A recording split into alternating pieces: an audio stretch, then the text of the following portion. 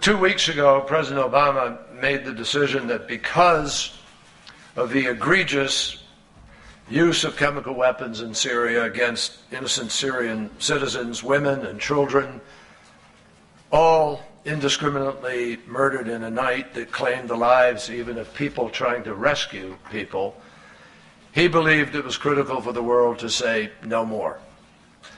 The President made the difficult decision that after multiple warnings, it was his decision that the time had come to take military action to deter future use of such weapons.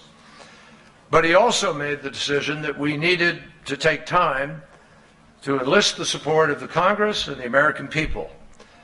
And I have no doubt that the combination of the threat of force and the willingness to pursue diplomacy helped to bring us to this moment. But diplomacy requires willing partners. And I want to thank President Putin for his willingness to pick up on the possibility of negotiating an end to Syrian weapons of mass destruction. His willingness to embrace ideas for how to accomplish this goal, and his willingness to send Foreign Minister Lavrov here to pursue this effort was essential to getting to this point. And I want to thank Sergei Lavrov for his diligent efforts and the efforts of his entire delegation, who worked hard and in good faith to overcome difficulties and even disagreements in order to try to find a way through tireless efforts to get us where we are today. I also want to thank Foreign Minister Laurent Fabius of France, with whom we've partnered and consulted, as well as Foreign Minister William Hague of the United Kingdom, both of whom will meet with me in Paris on Monday in order to discuss the road ahead. For nearly 100 years, the world has embraced the international norm against the use of chemical weapons. And the principles that the United States and the Russian Federation have agreed on today can, with accountable follow-through, allow us to expedite the elimination of Syria's chemical weapons. Providing this framework is fully implemented, it can end the threat these weapons pose not only to the Syrian people, but also to their neighbors, to the region, and because of the threat of proliferation, this framework can provide greater protection and security to the world. We said at the outset that to accomplish our goal, this plan had to produce transparency, accountability, timeliness, and enforceability. It must be credible and verifiable. If fully implemented, we believe it can meet these standards. The world will now expect the Assad regime to live up to its public commitments.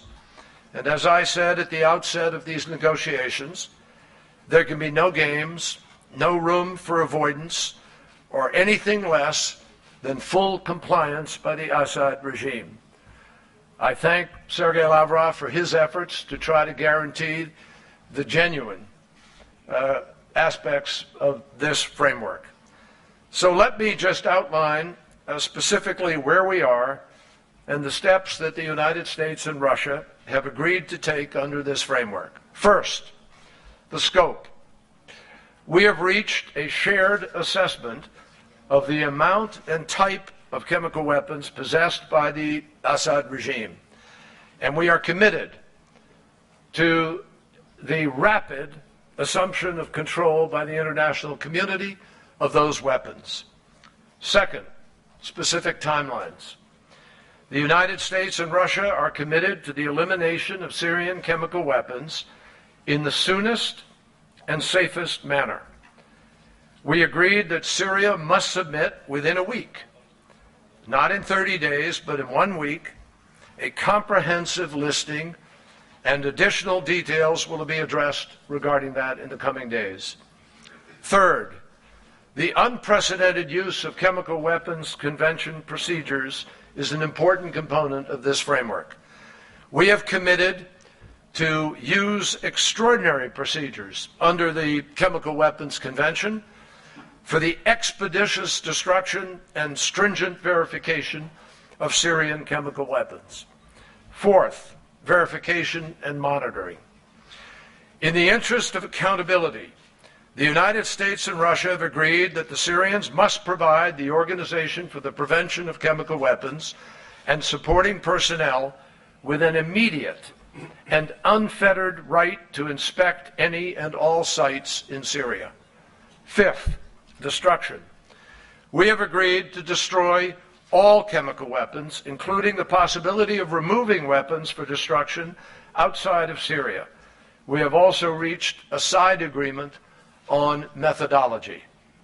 Finally, consequences. Sixth, Our agreement today strengthens the OPCW, the Organization for the Prevention of Chemical Weapons, Executive Council decision to use the Chemical Weapons Convention extraordinary procedures in order to ensure full implementation.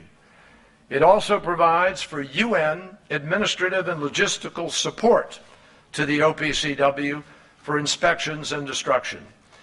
In the event of non-compliance, we have committed to impose measures under Chapter 7 within the UN Security Council. Ultimately, perhaps more so than anywhere in the world, actions will matter more than words. In the case of the Assad regime, President Reagan's old adage about trust but verify, doverai no proverai, I think is the saying, that is in need of an update. And we have committed here to a standard that says verify and verify. But I also want to be clear about the end game here.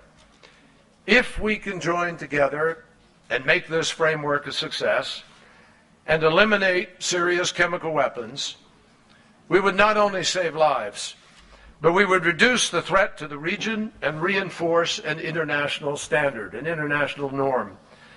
We could also lay the groundwork for further cooperation that is essential to end the bloodshed that has consumed Syria for more than 2 years.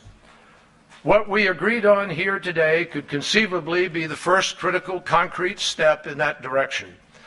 The United States and Russia have long agreed that there is no military solution to the conflict in Syria.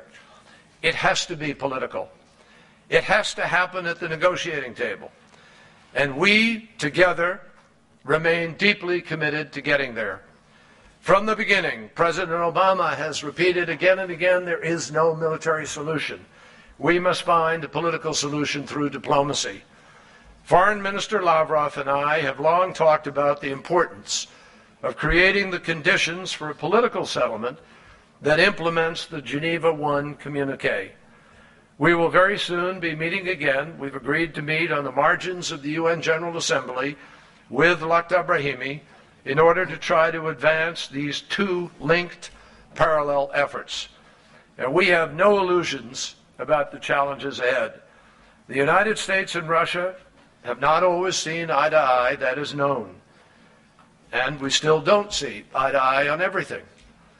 But we will not lose sight of the fact, together, that the implementation of this framework, which will require the vigilance and the investment of the international community and full accountability of the Assad regime, presents a hard road ahead. Ensuring that a dictator's wanton use of chemical weapons never again comes to pass, we believe is worth pursuing and achieving, and President Obama is determined that we work hard in the days ahead to travel a path of conscience and to achieve our goals. And we know that President Putin and Sergei Lavrov are committed to that endeavor. Thank you.